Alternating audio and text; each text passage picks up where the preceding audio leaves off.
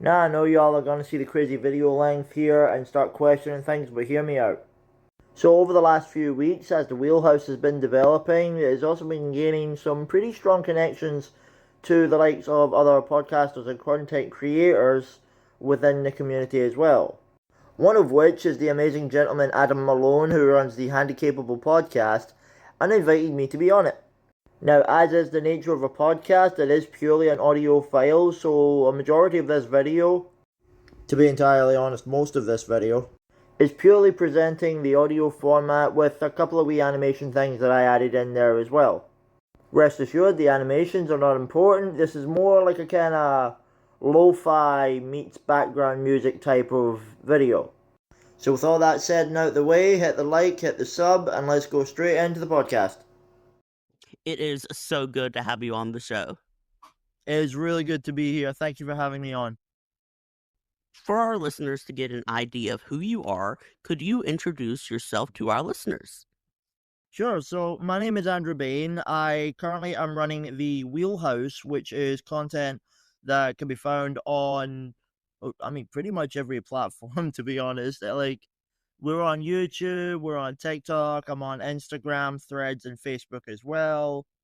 And really, the content that I'm trying to do and like what I'm about right now, it's it's like food education, but not like, not in the dull I lecture people on food thing, but more I realize that food and culinary education is not always accessible to those within disability communities. So what I do is I try and talk to people and discuss ways around challenges that there might be and figure out how folk with varying disabilities, not just like the one challenge, but various different challenges, can find ways around them in order to be able to very simply enjoy food and enjoy making their own food. And that's what I've gotten to do recently, and I've been absolutely loving it. And the more I get to do it, the better it is, really. I love that, Andrew. You're right. There, even here in the States, there just isn't enough people with disabilities, wheelchair bound or other kinds of disabilities that are involved with cooking and being chefs and stuff like that. So I'm glad that over there in Scotland that you're kind of doing your part to kind of get disabled chefs motivated and show them that just because you may have some differences doesn't mean that you can get out and do what you enjoy. And I also want to ask you, so could you explain to our listeners what condition you have?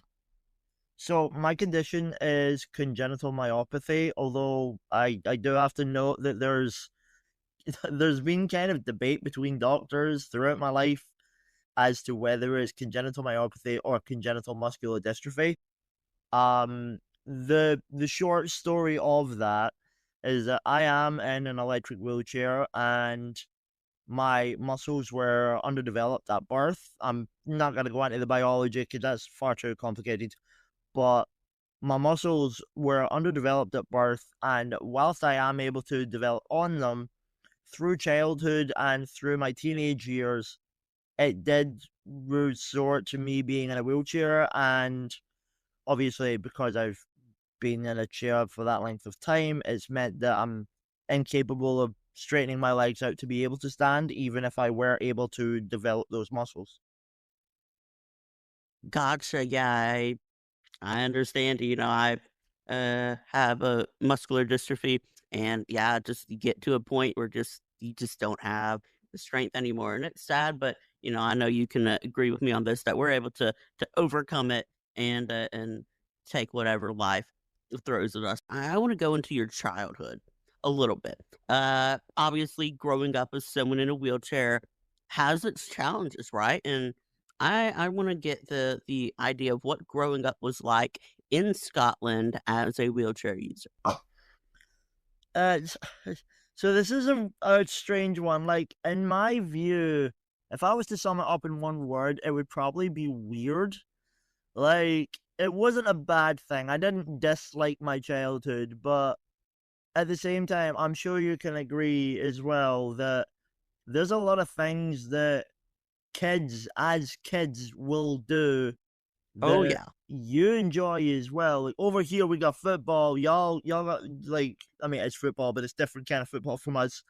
But y'all got that, and you and your friends will be sitting, maybe watch some football or hockey or whatever kind of sports. And like over here, it's very common for kids in like primary school, which is kind of like y'all's elementary school, and they'll want to play football and they'll want to do this and they'll want to go to this place. And obviously, I'd want to do that stuff too, but being in a chair, it meant I didn't get the full experience. I'm not saying I didn't hang with my friends, I did, but it wasn't quite the same. That back when I was in primary school, it was still very estranged to like try and find something for kids with disabilities to do. Nowadays, it's a lot different. Nowadays, there is a lot more access to things and a lot more inclusion in things for children. But when I was in primary school, this makes me sound so old. Like, when I was in primary school, that wasn't really a thing. So it was kind of weird for me. I enjoyed my time with my friends and I enjoyed my childhood, but there were parts of it that just felt kind of strange.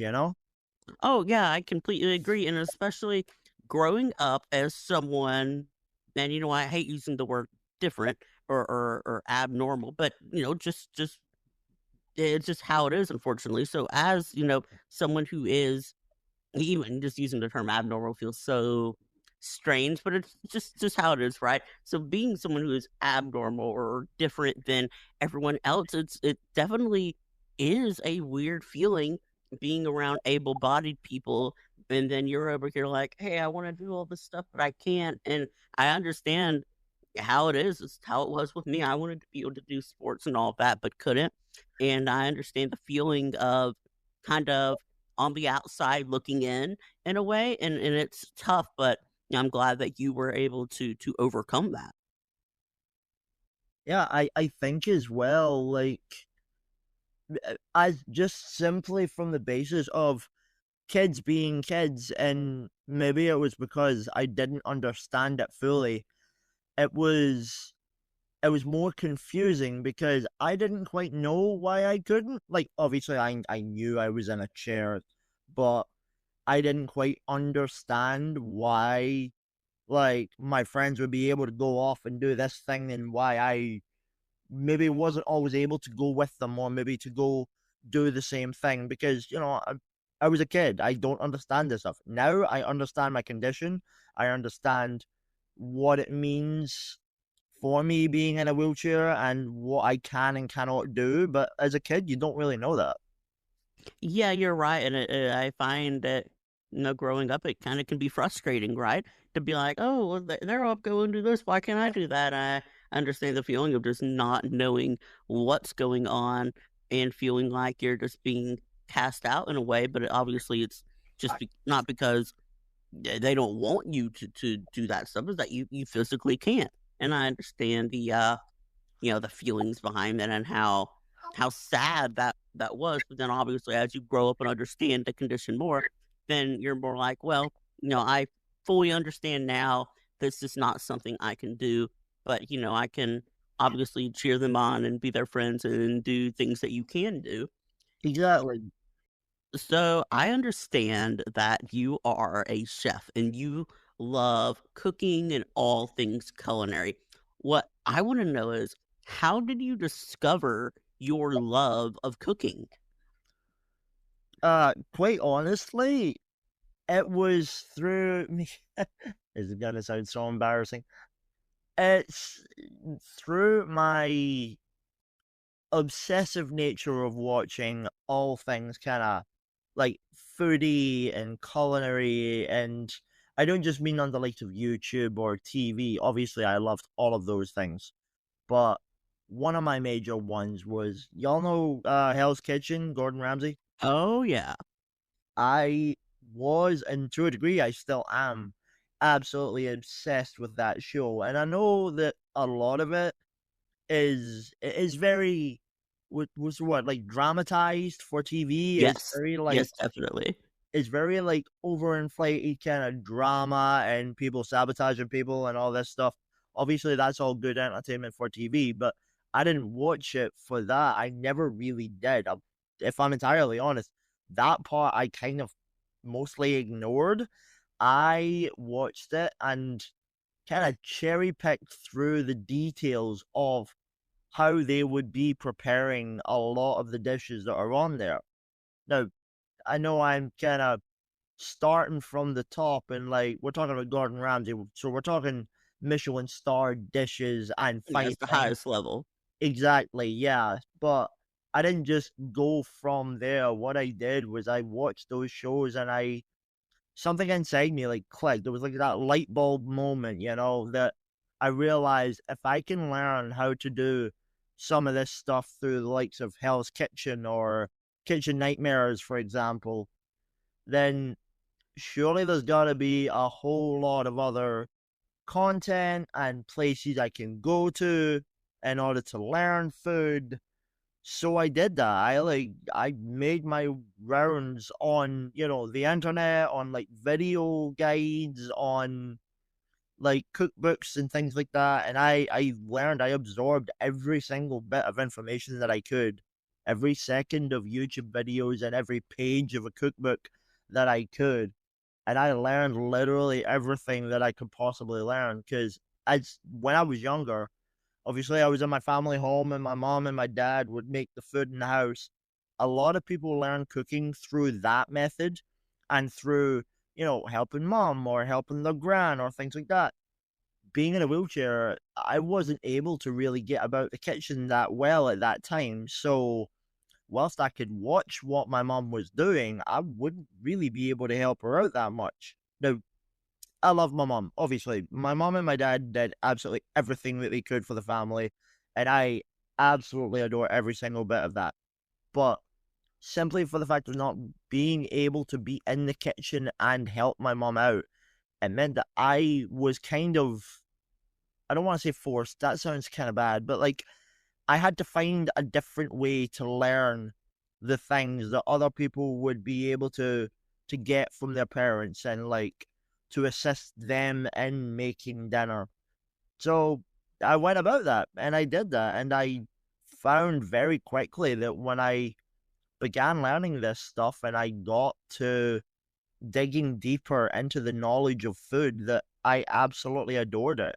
I loved the creativity of food. I loved the idea that you could take simple, like really low cost ingredients and turn them into incredible dishes that they're not only going to make you and your family happy for making that dish, but they can also transcend into like different communities, different groups of people. They'll recognize that that food is something that is, it's not just you read a recipe and you did this thing, but you made it your own because you learned it, you worked at it, and then after a while you put your own flair on it and it became yours. Oh, yeah, and I think that any kind of creativity where you can make something yourself is just such a rewarding experience too. Oh, absolutely. Yeah. It's like cooking. A lot of people say that cooking and working in hospitality can be very stressful. It's very fast. It's very tricky work to do. It's like quite hard to do. But what they don't always talk about is the reward at the end of it, as you're saying. Like, yeah, okay, trying to make your own dinner from scratch if you're maybe not super confident in how to do it just yet, that can be quite hard. It can be kind of stressful, but the rewarding feeling and that sense of all of that was worth it, it's always there at the end of it. It's always there when you're able to set that plate down in front of, yourself, your partner, your parents, whoever it is, and see that they love the food that you made them. That is the rewarding bit that everyone who has ever made their own food knows of, but it doesn't get talked about anywhere near as much by the people that will sit there and, say that it's hard work and say that it's stressful being in a kitchen. Well, it can be, but it's high stress and hard work, but the reward is double anything you put into it. Oh, yeah, for sure, and I imagine the things that you create are awesome, and I'm sure everyone who has tried your food just probably adores you and wants you to make them more and more and more of it. Uh, so I have another question for you. Have you ever worked in any kind of restaurant environment? So I have worked in it's an arts academy in Kilmarnock, which is where me and my wife stay, and it's called Center Stage.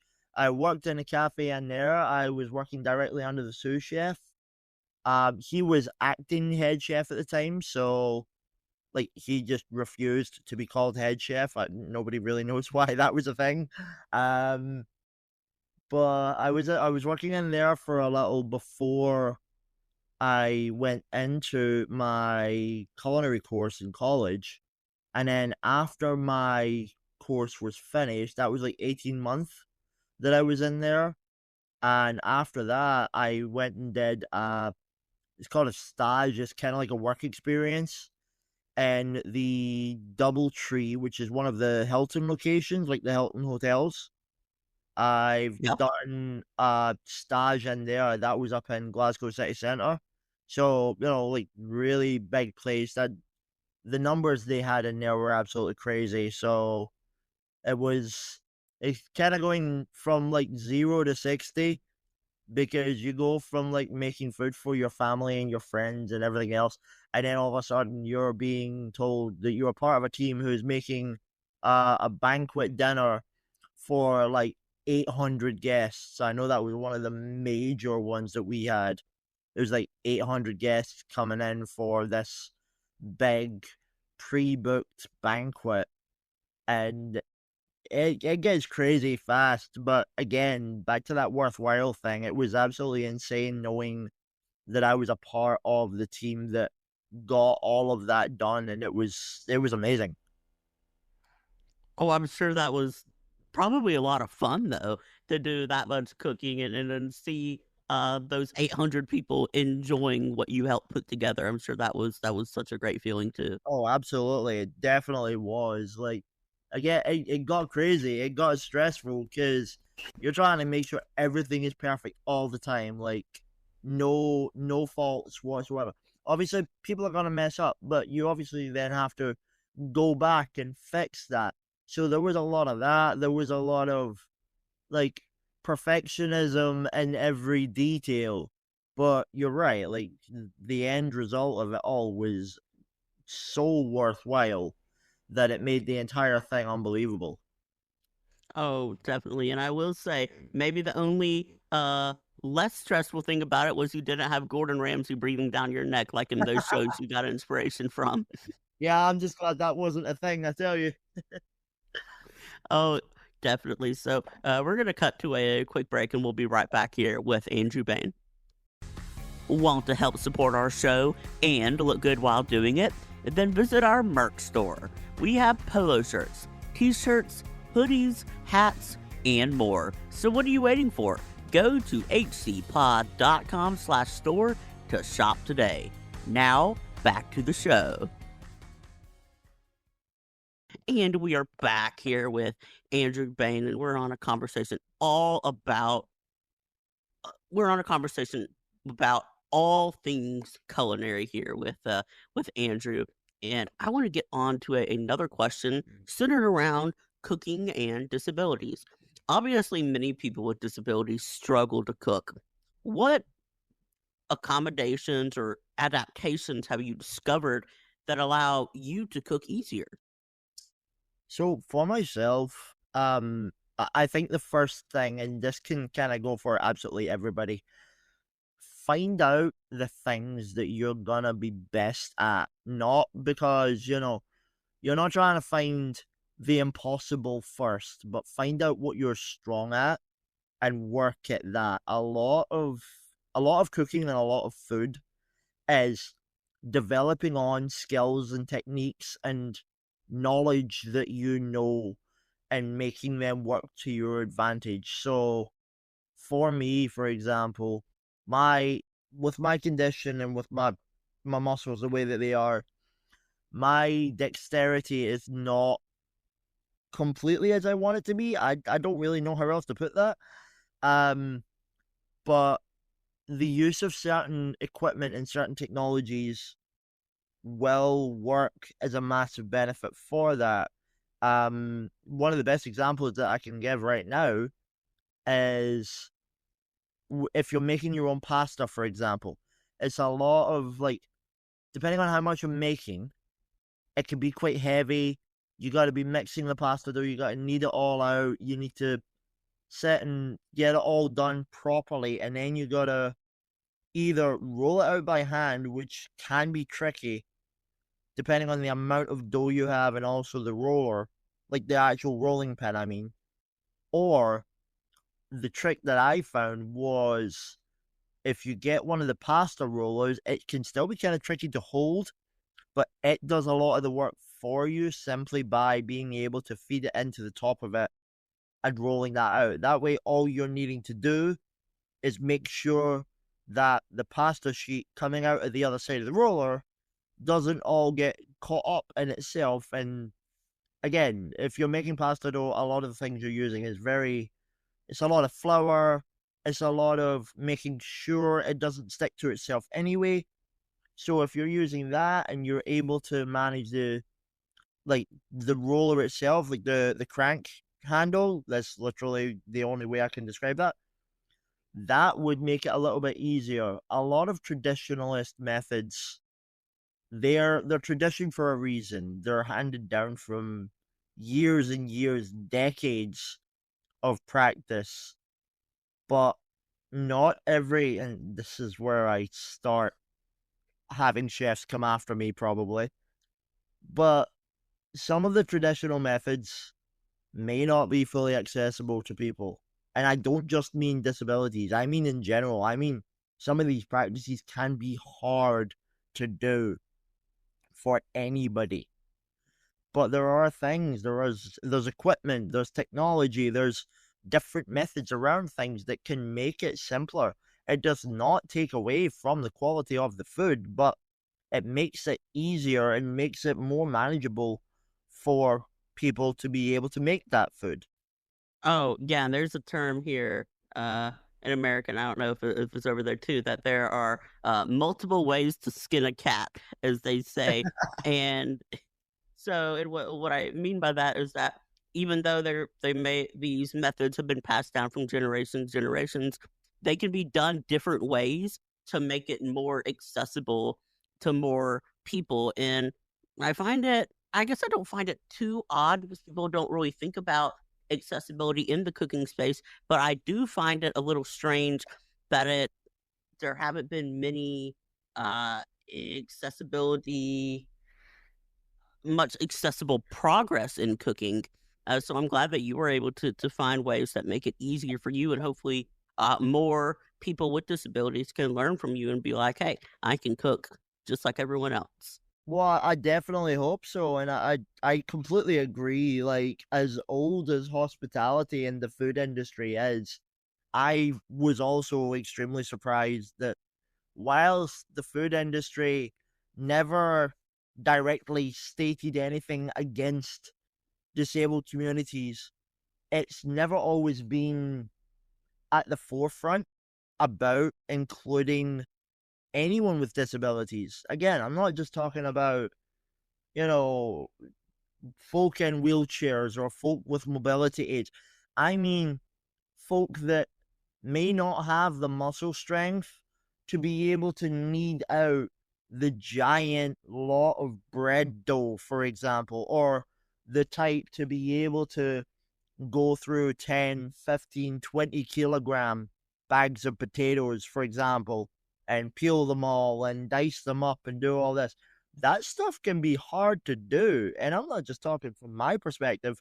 I mean, I've seen chefs and cooks come into the kitchen and struggle. Like, they will be tired by about maybe halfway, maybe 2/3 of the way through that bag of potatoes, and they still have to go through the rest. So, like, I'm surprised that there's not easier methods around this stuff for the day and age that we are in and for the industry's developments, but not towards inclusion or access for, I say simpler methods.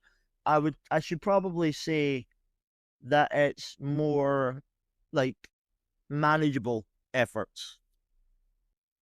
Oh, yeah, and I wanna ask you, for people who are in wheelchairs or have other kind of physical disabilities, what advice would you give them, those people who are interested in cooking but aren't sure they can? Like, what is the easiest way to get into cooking as someone with a disability? And I also wanna add on to that, what would be the easiest thing for someone who is disabled to cook, when they just wanna get started?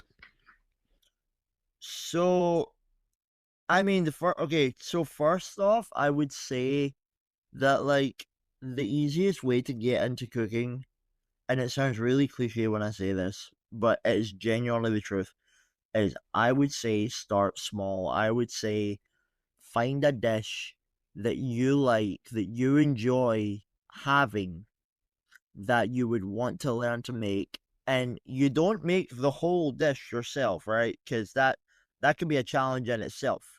But you find maybe something about the dish. Like, I just recently released a video. It was a one pot mac and cheese.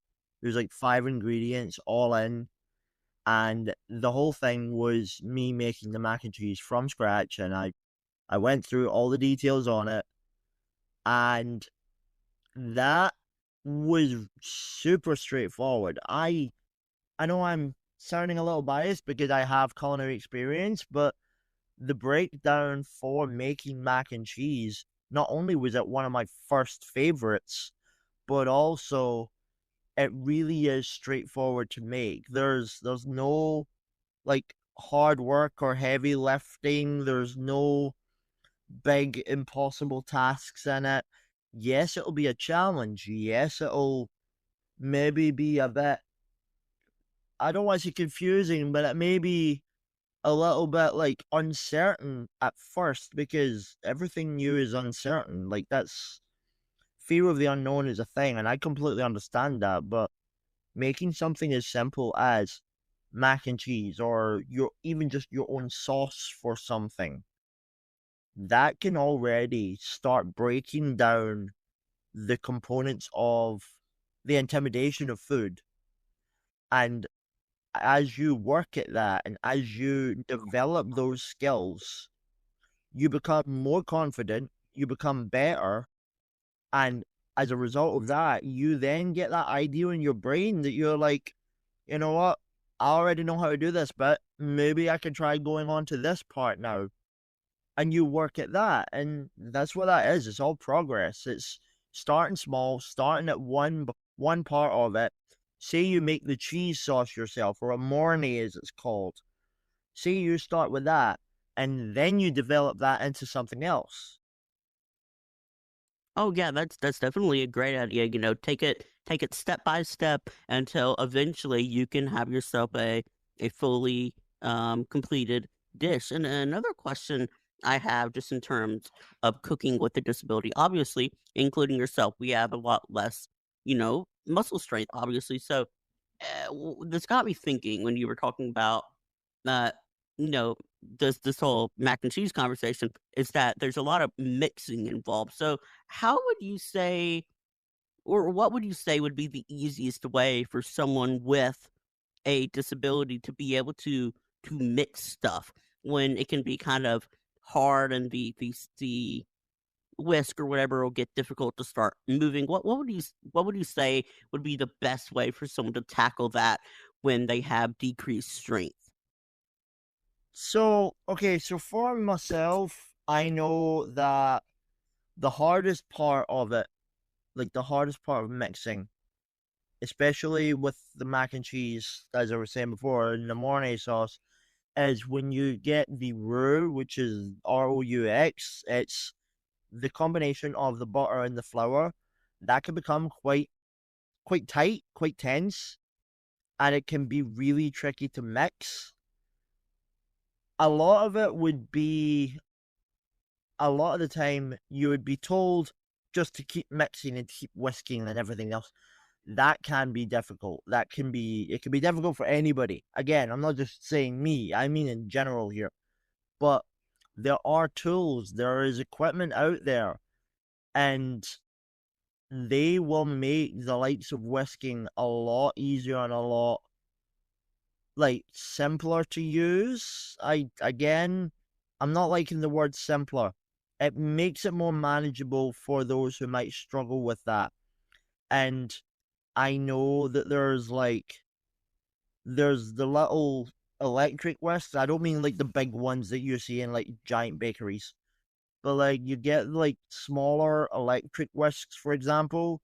You get the one just like the handle on the top, and yeah, that might still pose a little bit of a challenge, but it is a lot simpler than having to sit and try and get it all done yourself. The mechanism inside of it will help with doing that as well. And once you get by that one part, which is turning the roux into a bechamel, which is where you add the milk, because bechamel is a milk-based sauce. When you get to that part, and when you get past it being that very tight and like tricky stage, it does smooth out. It becomes that softer, silkier sauce that everybody knows, and it'll thin down and it'll become really, really nice and luxurious and decadent because of the milk or the cream. You can add some cream to that as well, and that's when it becomes a lot simpler. But again, you could still use either the mechanical whisk or the electric whisk if you're using that, and that'll make it simpler to use as well, so that all you're needing to worry about is getting the right consistency that you're wanting for that sauce.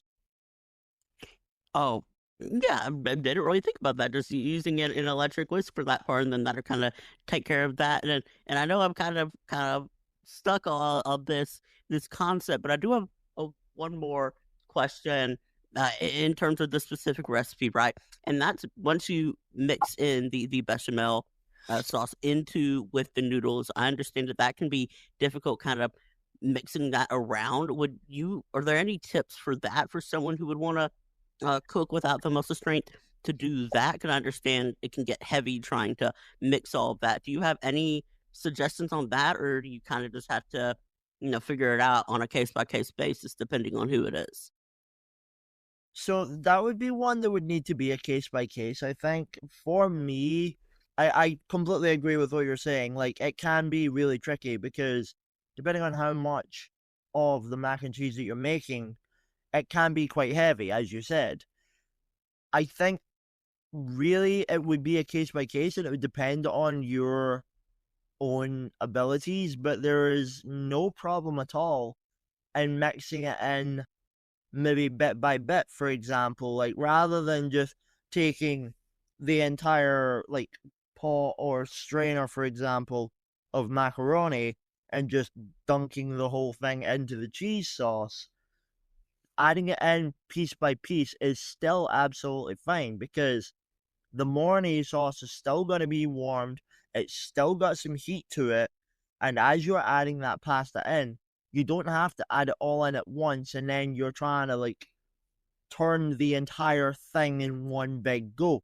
You can add it little by little. And yeah, it's going to get gradually trickier.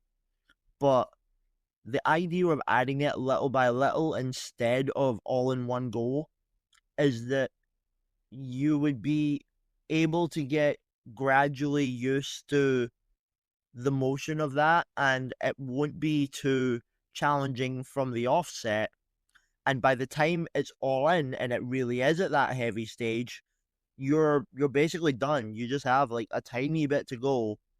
And that means instead of trying to do everything at one time, you just have little bits at a time, mix it in, make sure it's coated in the cheese sauce, and then a little bit more, and you repeat that so that at the end, you only have a tiny bit to do.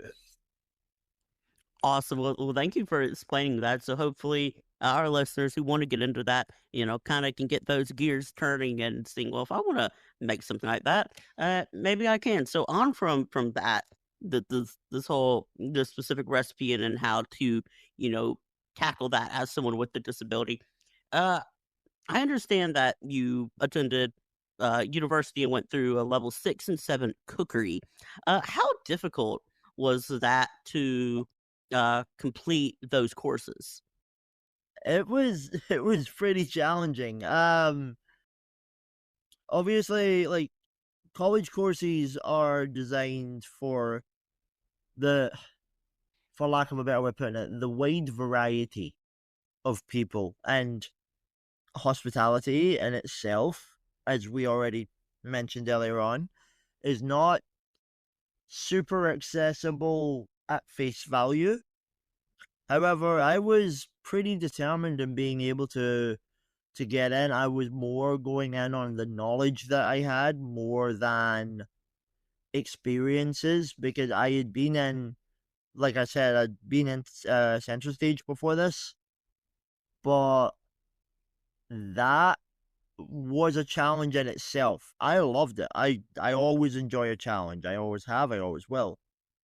But it was tricky. It was really difficult to get to grips with, because you can't just make everything all adapt to you. You have to be used to what's going on around you and everything else.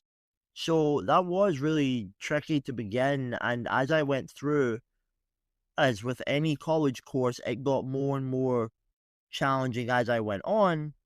But at the same time as that, I enjoyed the challenge. Like it was good to see how far I would be able to push myself, like safely, but also how much I can manage through that. And I'm very proud of how far I managed to get with it, and how much I learned from those courses. That's never going to be anything I forget about, and it's never going to be anything that I regret doing, because of the achievements and the knowledge I got from that. Oh, sure. And again, all of these things, completing a recipe, completing whatever, and then completing those courses, I'm sure is very rewarding. And I have a question regarding just kind of how all of that worked. Did they make any accommodations for your chair to make doing the class easier? Um, if I'm entirely honest, no. Like, there wasn't really anything they could do for that. The way that it was, I don't want to get too negative on it, but like they they didn't have the best setup for wheelchair users, and I understand that, because it's not something that was openly advertised for wheelchair users, or openly advertised for those with disabilities. For example, I know a lot of things, they promote access, and they promote that they're open to anyone coming and learning this thing. Hospitality was not that way. It was simply the case of, I found the course, I was determined to go in and learn what I could. I probably went in far more stubborn than I should have been, if I'm honest, but I made that work. But whilst I did that, there wasn't really anything that they were able to do to make it more wheelchair accessible. I was the one to find ways around things, and that in itself posed an additional challenge to me than it did anyone else in the course. And I was aware of this going into it. So yeah, I by that definition, I kind of made it harder on myself, but I'm glad I did, if that makes any sense. Oh, it does. And I think it makes it all the more impressive that you were able to uh, complete the course as someone with a disability. Obviously, that's difficult in itself, but to complete it without any accommodations from the school, and you were able to push through that and get it done, I find that incredible that you were able to persevere and get those classes completed. I do appreciate that. It was, as much as I loved the course, it was not a pretty 18 months for that reason. Like, Oh, I imagine not. no, but I loved it though. I loved every single bit of the challenge. I loved all of the, like, it felt like impossible odds. It probably wasn't impossible odds, but it felt that way at times. And I loved that I was able to get as far as I did, despite there not being accommodations or any, bonus assistance coming through for me doing that. And I was aware of this from the get go, but I still went ahead with it. I'm glad you did, to where you were able to get to where you are today. And, on the topic of education, one of the most challenging things for anyone, let alone someone having a disability, is navigating higher education. What challenges did you face while attending college, and how did you overcome those challenges apart from the challenges you faced in the level 6 and 7 cookery? So again, this is one of these ones that I would really say is from person to person basis, but for me personally, it was a lot of time management because any higher education course, whether it's culinary, whether it's science, whether it's like the arts, for example, a lot of it is time management. And it's not just a case of, oh, you need to go home and study. Of course, you go home and you study. But I'm also married. I have 3 pets, and my wife works. Well, she works part time right now, but she was in full time work at the time. And it was time management between me getting to and from college, my wife getting in and out of work. Obviously, the time that she had off of work, I wanted to be able to spend some of that time with her as well. But with the additional challenges that I kind of put myself to with the course, like, it's really the ability to manage your time in a way that you don't feel rushed or you don't feel panicked about anything. College is already stressful enough. There's no reason to make it more stressful by not having a game plan going into it. Oh, definitely. I think time management in many aspects of life is really, really important, because you don't want to stress yourself out. Exactly, yeah. Like, that's the thing. A lot of people have an idea of it and they'll start off well, but it's the consistency of keeping that time plan and the game plan for time management, that if you keep a hold of that and if you maintain that game plan throughout, whether it's 1 year, whether it's two, three, four, it doesn't matter. Like, if you maintain that game plan, it will benefit you far more than just doing that for like the first week or 2 weeks and then thinking, oh, this is easy, I can do this. And then you just get swamped like halfway through it. Oh, definitely. It's better to go in with a plan than to go at it blind. So, what advice would you give someone with a disability who has a skill they want to learn? It may not be cooking, it may be any skill, but they're unsure if they can do that skill. What advice would you give that person that may be listening today? So if you're listening today and you've got something you want to work on and you've maybe not work on right away, if you've got something that you love and you want to know more about and you want to get involved in it somehow, then my first advice would be to be able to do all the research you can into it. If it's something you love, you probably already have done that. You probably already have looked into every facet of a certain thing. Like, say, for example, your thing is acting. I'm taking this from my brother, who is an actor.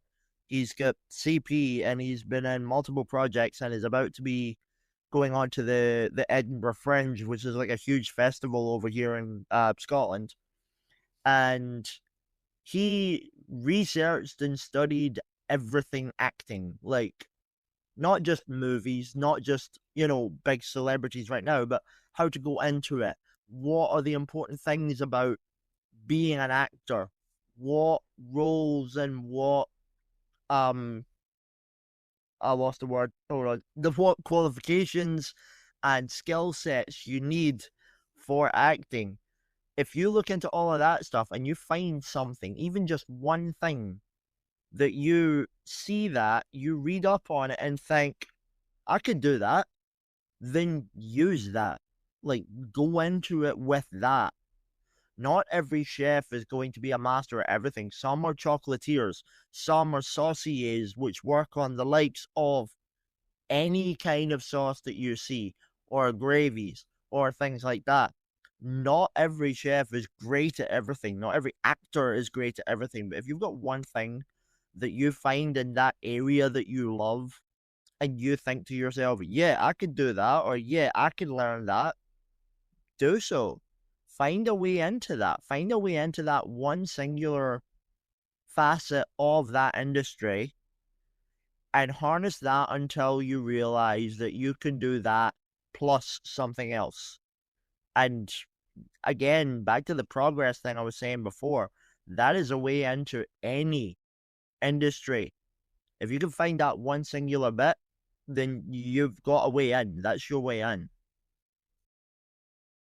Oh, yeah, those are some great words of wisdom. And I hope that if there is a listener out there listening today who wants to get into something, that they'll take what you said to heart. So I want to get into some more fun stuff regarding you being a chef. Uh, what is your favorite meal to cook and why? Oh, okay. That's a really hard question. I got so many. Okay. So my very easy cheat meal would be the mac and cheese. I should point out the important reason for this is that my wife is from the South. She's from Alabama. So mac and cheese is huge there. She Oh, yeah. absolutely adores it. She adores it. I adore it. It actually took me a good amount of time to realize that in America, mac and cheese is a side dish. Yes.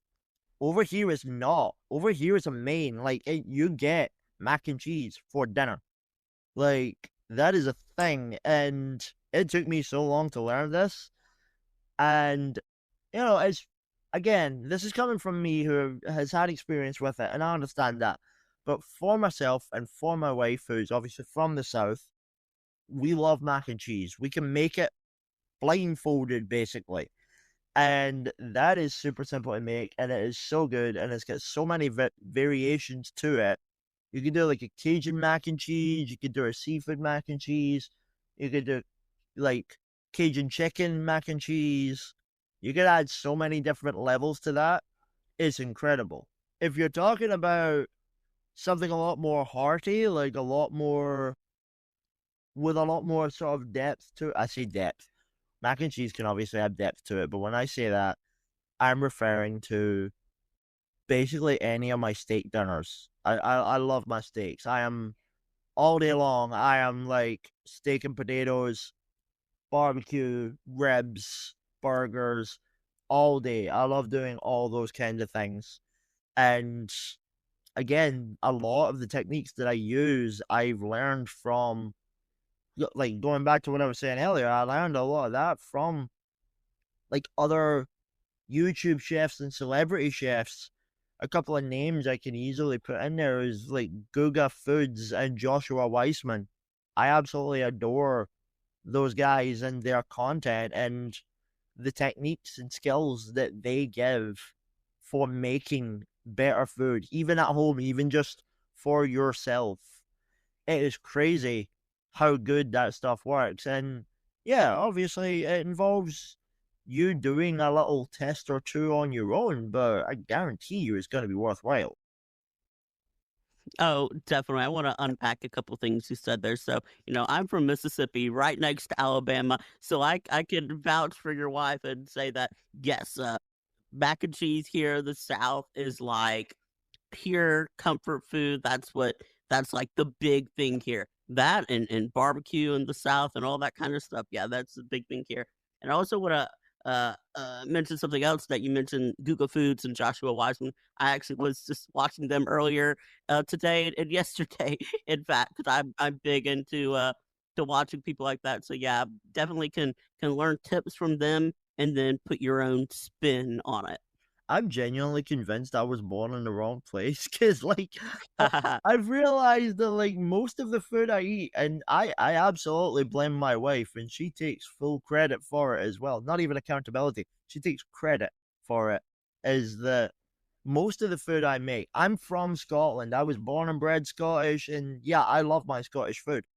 But most of what I make is with American influence to it. It is a lot of steaks, a lot of ribs, it's a lot of mac and cheese and things like that.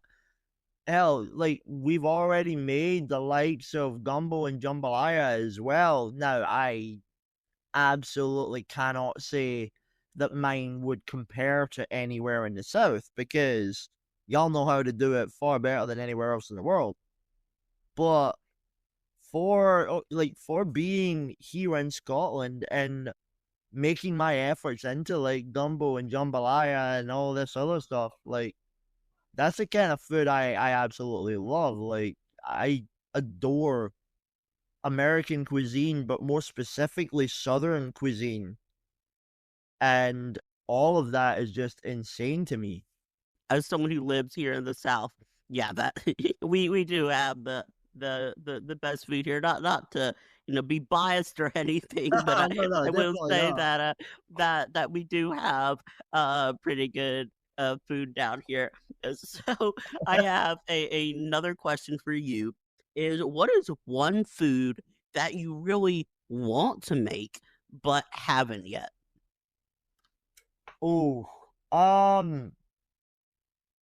man, I don't actually know because I'm one of these guys that like the minute I learn about a new food or like a food that I think would be amazing, I don't immediately go make it, but I would do what I can to make it maybe within that week or like within a couple of days from now or something like that.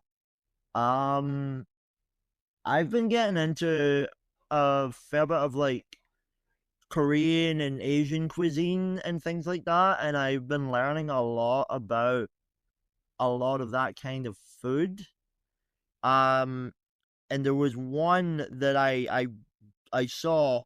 I don't know the Korean name for it, but the Korean name for it translates over to something called drug eggs, and it's not what people think of drug eggs. Anyone hears the word drug and they think it's like bad, and drugs are bad. They absolutely are, but these are called that because of the flavors and the depth within them that they're absolutely addicting. It's like you cannot have just one of these eggs and be completely fine.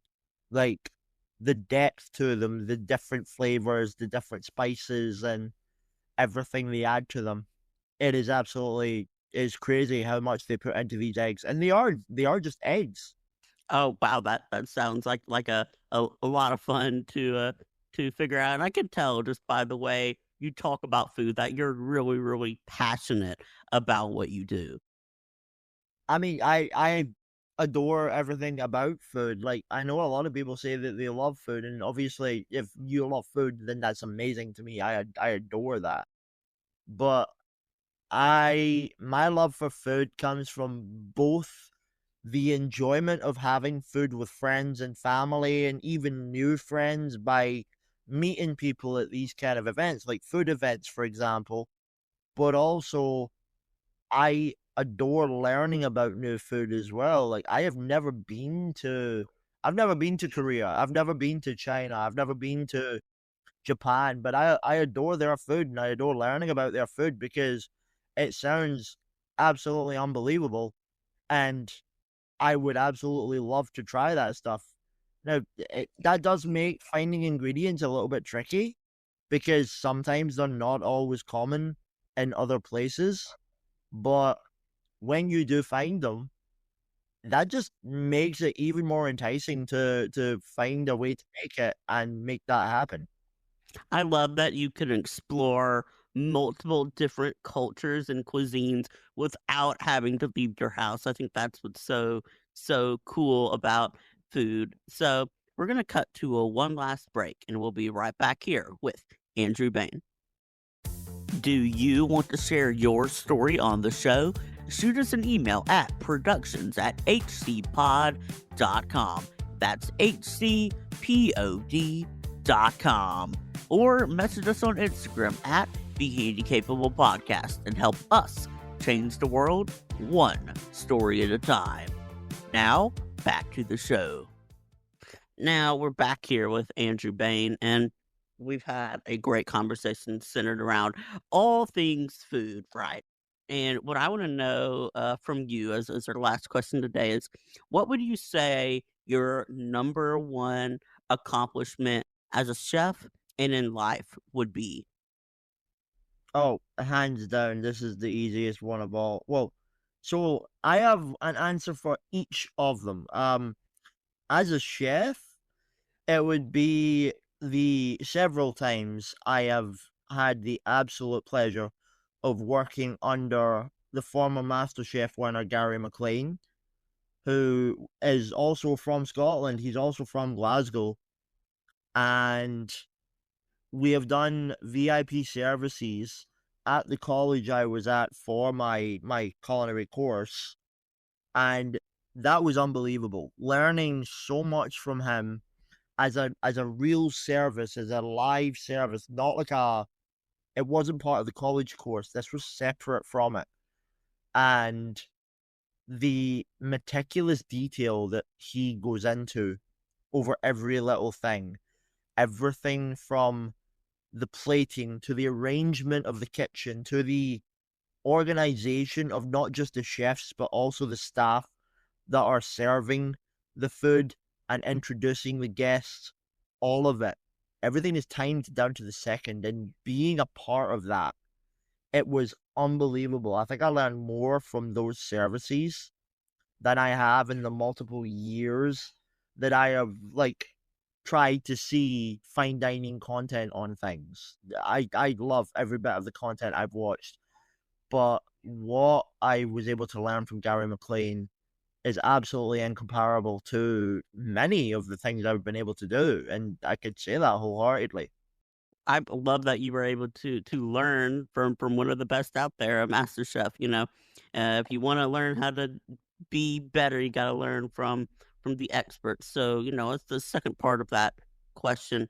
Just in life in general, what would you say your number one accomplishment has been? This is gonna sound kind of cheesy, but I my number one accomplishment in life is setting myself the goals that I have. So, culinary course, everything else, like being able to find this is where I get really corny here. Like find someone who is as supportive in me, sorry, as me and anyone else, because I like building people up. I like bringing people to the level that they can be, like not in any kind of way that would be setting themselves up too high, but taking what they're good at and just developing on it slowly over time. Not just, a snap of the fingers and you're done, but build up over time, get the confidence, get the strength in you to be able to take that one step and then take that one step into something else. That is exactly what I've found within my wife. And to be honest, between both the support that I have from my family and friends and also the support, encouragement, and if I'm entirely honest, the ass kickings I've got from my wife in the past, like that is an achievement in itself, because if it wasn't for them and if it wasn't for the people around me, I wouldn't have been able to do what I've done. So yeah, my life achievement is setting myself the goals that I have and absolutely killing it. But I cannot claim that entirely on my own. That is both mine and my wife's and my friends and family that I have to thank for that. I love that you have this attitude of perseverance and that you don't ever give up. I find that such an awesome quality, and I really have loved this conversation.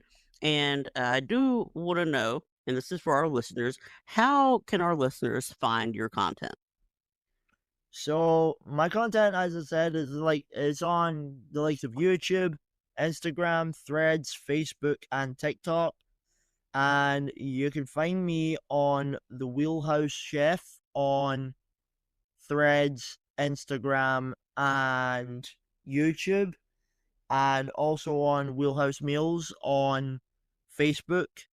The TikTok, I'm still actually under my old handle on TikTok, which is OmegaBen91. I need to get that changed. Um, and I've been working on. They're still very very new, but I've been working on those channels, and I've been working on getting the content up and getting the community rolling, because I don't just want it to be content like I throw a couple of videos up and that's that. I want it to be a community where those who love food and those with, those who have disabilities that want to learn more about food or just more about access into different areas in general. I want it to be somewhere that they can find not only the knowledge that they need, but also they can find others in that same scenario that they can also learn from. This isn't all about just what I can teach you, as more what I can teach you, as well as other people who may relate more to your circumstance. My disability is being in a wheelchair, but not every disability or not every disabled person has a wheelchair. There's going to be people with different conditions that may be able to find ways around things that I am yet to find. I am not in any way trying to say I'm a guru of disability, but what I want to do is I want to be able to start the conversation for everyone to find a better way around whatever they want to do. I love that, Andrew. You're able, you want to make a change and let people, no matter their differences, learn how to do things that they love. I find that great, and I'm glad that you're doing that. So for all of our listeners, this has been Andrew Bain, and we will catch you next time on the Handicapable Podcast.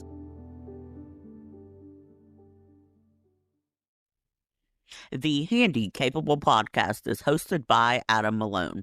Executive produced by Adam Malone and Kyle Fryer. Produced by Cody Chalfin.